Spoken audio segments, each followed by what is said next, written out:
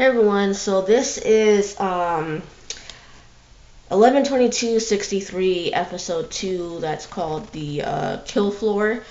Um, and so basically the episode starts off on October 29th, 1960.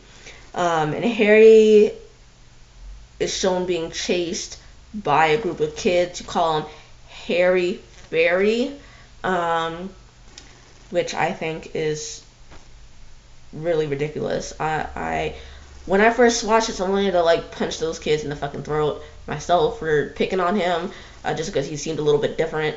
Um, and so eventually, anyway, they catch up to him, pin him to the ground. The kid who's pinning him to the ground kind of like pull kind of pulls as much saliva into his mouth as he possibly can and spits it onto Harry's face. Then they forcibly take his Harry's pants down or off and throw them in the river that's right next to them, and it floats downriver basically. And then you see Harry walking through town without his pants on, and he's getting stared at and laughed at as well. And eventually he makes his way to the soda slash ice cream slash pharmacy shop, and where Jake is actually sitting in at the moment and writing down some notes. And the guy who is behind the counter sees Harry and is obviously kind of disappointed that Harry was yet again, picked on. And Harry's like, well, like, I did what you asked, or not really asked, I did what you said, and went through the woods. And the guys, those boys still, found out somehow that I was going through the woods. Um, and the guy is like, well, Harry, you need to learn how to defend yourself. And the guy behind the counter is like, well, I assumed that your father would have told you, or showed you how to do it by now. And then he gives Harry a stash of shorts that's under the counter, even though the guy feels like he feels like he's not really doing any favors for Harry by keeping a stash of shorts under the counter or behind the counter for him. And then that's when Harry leaves, and the guy asks Jake if he wants anything else, and Jake's like, no, everything's good. I don't really need anything else. And as Jake is about to leave, Jake's like, well, actually, there is one thing. I need a place to stay. And the guy suggests Lexington, which is an hour away. Excuse me. And obviously, as you saw last episode, at the end of last episode, Jake is not really wanting to leave just yet. He wants to stay to help out Harry and prevent this horrible thing from happening to Harry and his family. And so he tells the guy that he has business in Holden, and before he heads back east and everything, and asks for anything in town. And the guy tells him that there's this couple named Edna and Arliss Price over on Fulton. And so Jake makes his way to Edna and Arliss's, and he tells her that he's a writer, and she makes this big ass deal about him being a writer because he thinks that all writers are communists and everything, which is, like, I think kind of bullshit, but whatever.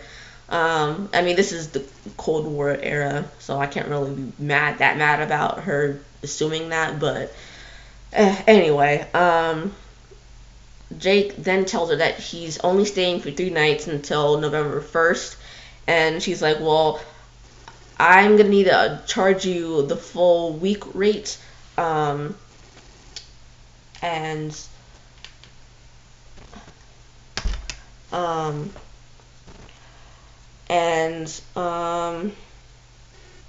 he's like, fine, that's fine. There's only just one rule. There's no food. The girl's upstairs, and it's gonna be $3 in advance. And then you see Jake later laying on the bed. At least I think he's on the bed, and he's recounting Harry's story. And as he does so, you kind of see it in flashbacks there, and they showed in flashbacks at the beginning of episode 1, where Harry's reciting the story for his class. Later, Jake goes onto the front porch and asks Arliss if there's any place he can for him to see the sights, and Arliss suggests Sammy's townhouse, which is on the Dixie Highway. Not exactly sure if that's the actual name of the highway. I guess I can always look it up, but I kind of assumed that it was just something that Stephen King made up in the story. Anyway, so before Jake leaves, Arliss tells him that Edna is to not be trifled with. I guess that is somewhat important. It might be brought up later. I guess I just never really knew if it was or not. Anyway, so Jake goes having gone to Sammy's townhouse and meets Bill, the bartender. And as Jake pays for the beer that he asks for, he asks Bill if he knows a man by the name of Frank Dunning. And Bill asks Jake who he is, and before he answers, he tells Bill his name and everything. And then that's when a rowdy bunch of people come in, and Frank is among them. Bill then tells Frank someone was asking about him, and Bill's like, Bill tells Frank Jake, and tells him it was Jake, but he kind of like fucks up Jake's last name, because Jake is going by the name Jake Amberson, not Jake Epping, because technically he hasn't really even been born yet, I don't think. Or even if he has been born by this point, he's only like a few years old at this point. He's like no older than like 10 at this point. So, which I don't even think he's been born yet. So, I think the main reason why he goes by Amberson instead of Epping, because he doesn't want to cause any heads to turn his way or anything. And then, so Frank and Jake then talk for a little while, and Jake eventually tells Frank that he's divorced, and eventually Jake and Frank, along with two of Frank's buddies, go to a slaughterhouse, and on the drive there, Frank asks how Jake knows Frank, and because he doesn't know Jake at all, and Jake lies and says that he knows some guy that he knows from the army told him about Frank, and basically lies some more about who the guy was. And then once at the slaughterhouse, Frank tells Jake that they are for some fun, and they go to what is known as the kill floor, hint hint, nudge nudge, where they kill the cows and pigs and everything before they get cut up into the pieces of meat that they're going to be sold. And so Frank tells one of his friends to get a cow, so that Jake can kill it with a sledgehammer. And Jake picks up its sledgehammer but decides not to go through with killing the cow. And so Frank does it anyway, and Frank's like, well, I guess some people don't have what it takes to do it, and then leaves. Back in the Price's house, Jake is seen taking notes as he's on the bed. And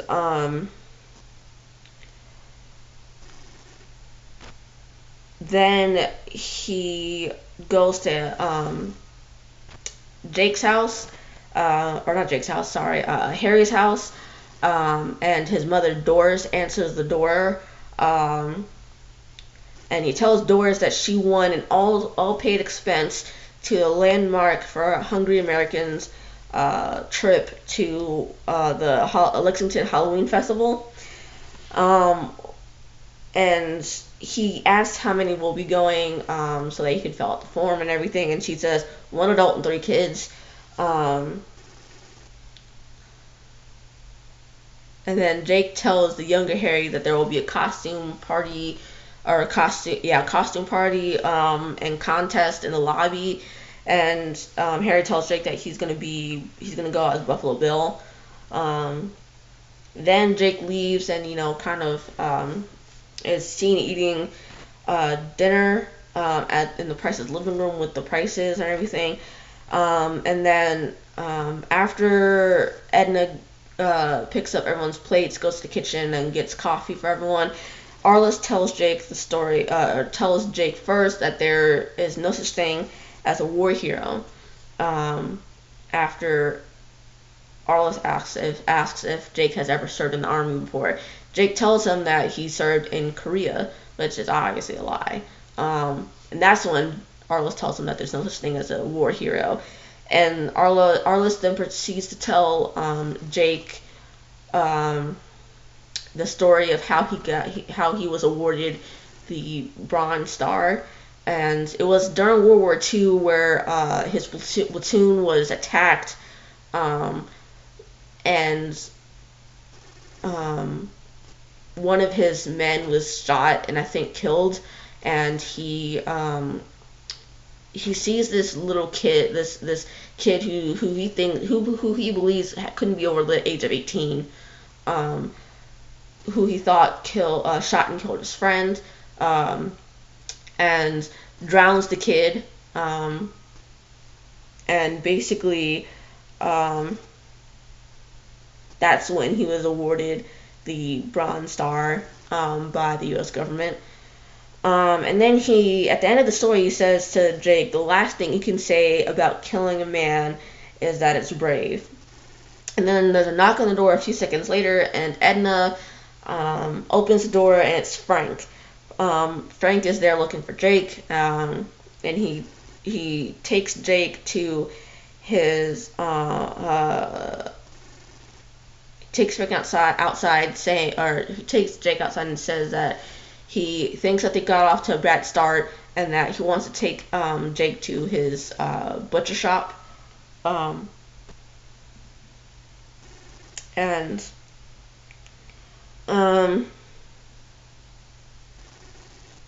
Then once inside, Frank says the best thing about his butcher shop is that it's his shop and his rules.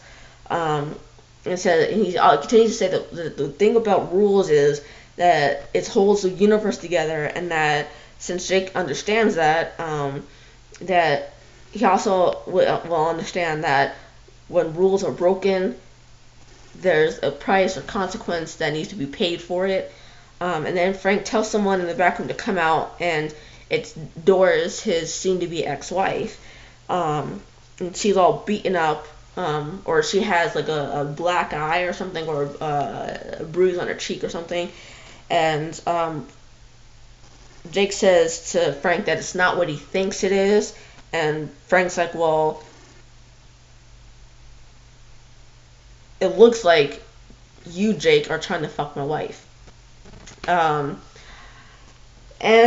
I'm just like, you know what? I'm not mad at what happens to him later on in the episode. I'm really not that mad because his ass is a fucking bully. His ass is a damn bully, and the only way he can really get his way is if he fucking bullies people and hurts them. Um, then Frank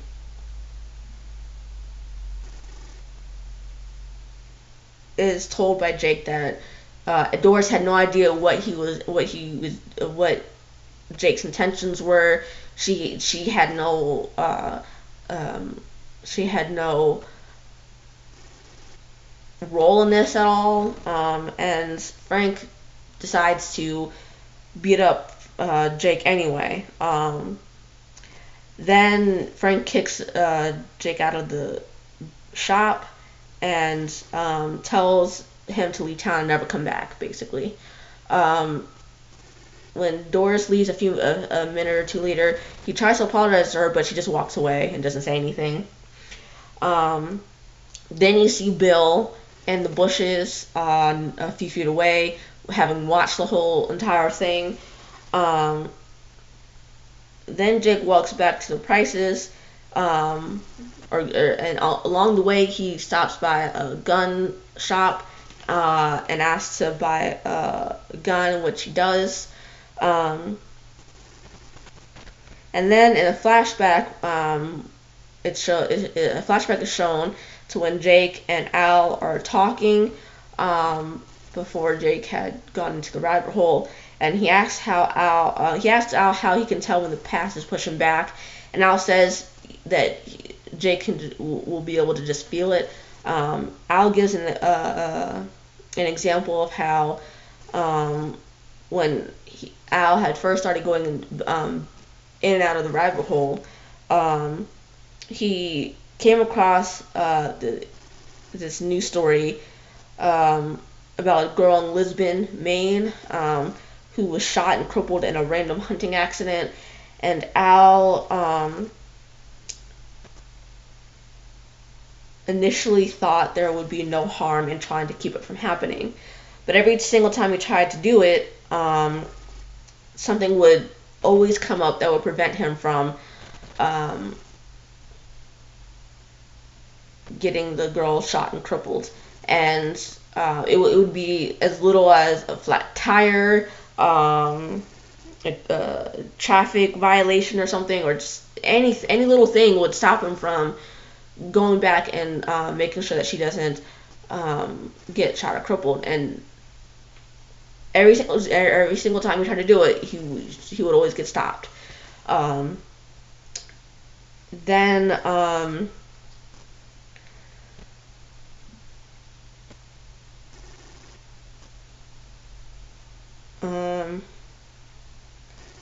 Jake asked Al if Al isn't just seeing what he wants to see, and Al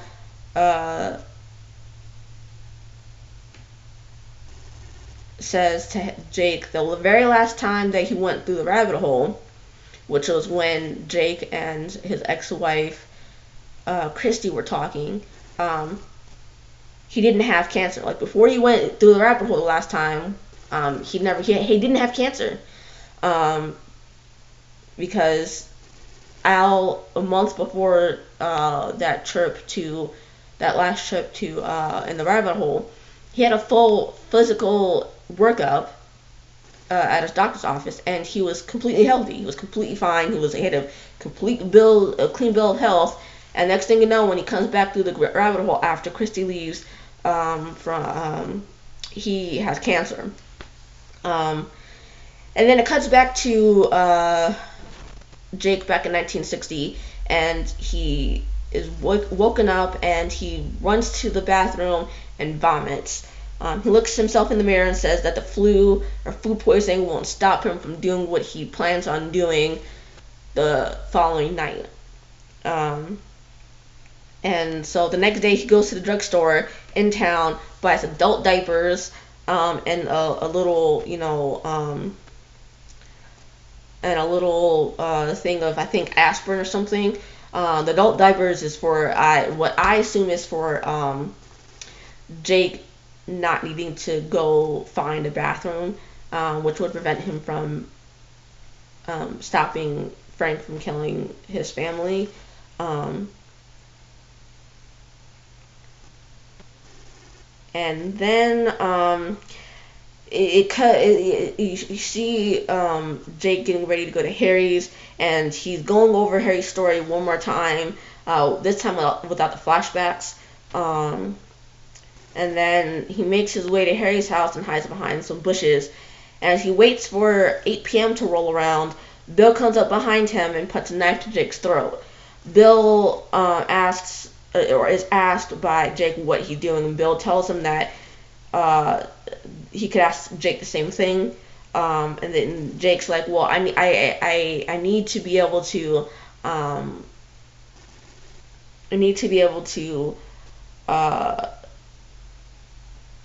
help Harry's family because that's what I'm trying to do.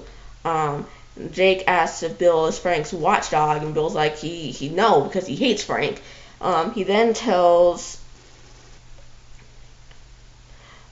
Jake is then telling Bill that Frank is on his way to go kill Doris and his kids at 8 o'clock. And Bill asks Jake if Frank told him that, and tells Jake that Frank killed his sister 12 years prior when Frank and Bill's sister were married. His sister's name is Clara. I think that will. When I first heard Bill mention his sister's name, I didn't really understand why that was brought up, but anyway, so Bill then goes on to say that no one believed him because he was just a kid when that happened, and apparently Clara was pregnant when she was killed, but Jake's like, well, he believes Bill. And then Bill then again asks how Jake knows Frank will kill Harry and his family, and Jake's like, well, I'm from the future. That's how I know. Jake pulls a gun on Bill after Bill's like, I don't really believe you, and it's like, and then Bill tells Jake it's actually 8:05 p.m., not 8 o'clock. So that's one way of one example of how the past is pushing back at Jake, because before Bill even got there, Jake looked at his watch, and it was like a minute. Apparently, it was literally a minute before 8 o'clock, and it was literally a minute before 8 o'clock when he looked at his watch before. Now Bill is telling Jake that it's 8:05. So clearly, that's a way that the past is pushing back at him, so that he doesn't. So that Jake believes that Frank hasn't come to kill his family and everything. And Jake then says, well, he might have fixed it just by being there, but clearly that's not the case, because a second later, Doris basically screams bloody murder. And so Jake goes inside and up the stairs and tells Harry to stay in his room no matter what when he sees Harry in the doorway of his room. And then Jake goes up to Doris' room and confronts Frank. And when Frank doesn't leave, Jake shoots him, and then they fight. And as they do so, Jake then tells Doris to run, which she does, and she goes downstairs. Harry later comes in, and Frank tells Harry to bring him the sledgehammer that is sitting there, but Harry doesn't. Instead, Harry takes the hammer downstairs, and Frank tries to go after him. But as Frank does that and is crawling towards Harry, Jake comes up behind Frank and strangles him with a wire, and kills Frank. And then after all that, Jake just ups and leaves the house and walks back to the Price house. And when he gets there, Edna says that she might have to call the sheriff.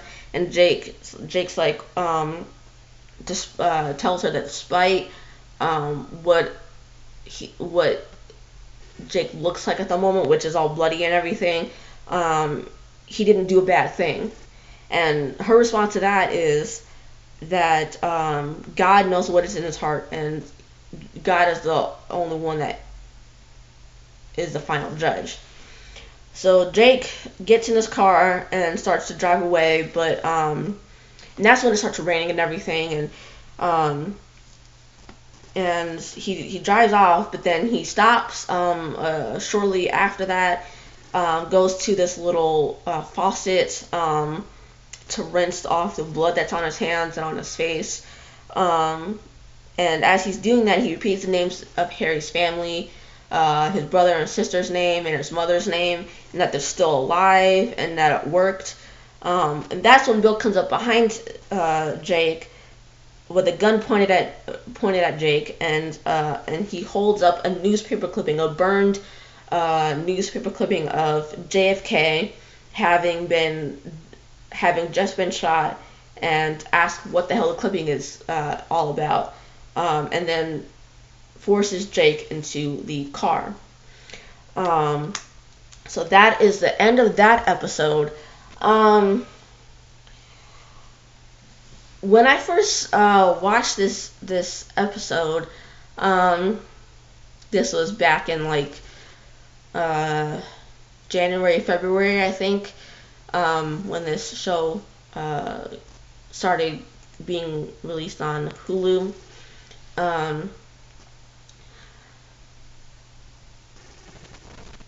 I don't know. I was hoping that it would work out fairly well. Like Jake would be successful in doing it, and killing Frank, and sparing Doris and Harry's brother and sister's lives, and everything.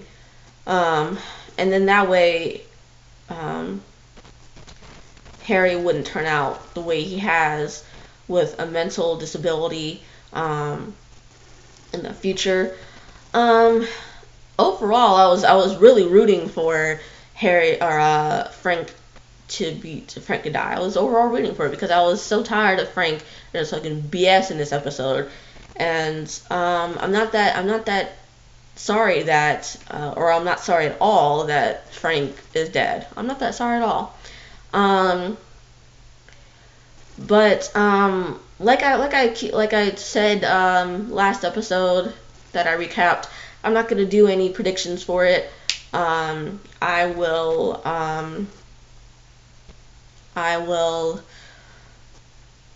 recap them though for you guys, since I really do like this series. I didn't initially, I don't know if I explained this before, but I didn't initially think I would like this series as much as I did, because as much as I like time traveling things, and going back in time and stuff, this part of history never really intrigued me. I wasn't all that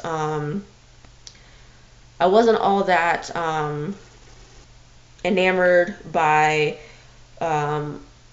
1960s history, or basically the Cold War era, or anything having to do with like JFK and him getting shot and killed. But I actually found myself really enjoying this series as it went on. And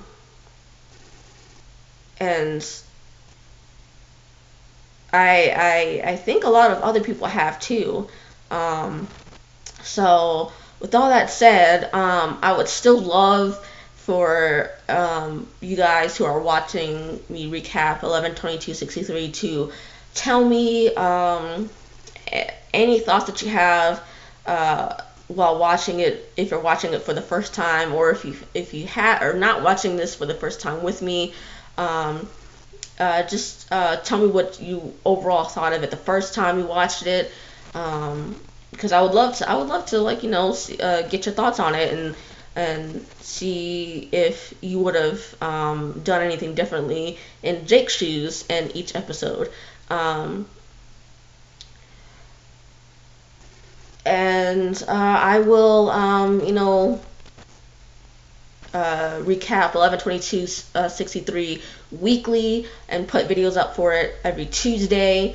Only reason why I'm doing that is because that's what Hulu did, is that they put a new episode up every either Monday or Tuesday, and so and they just did it every week. So that's what I'll do with 11/22/63.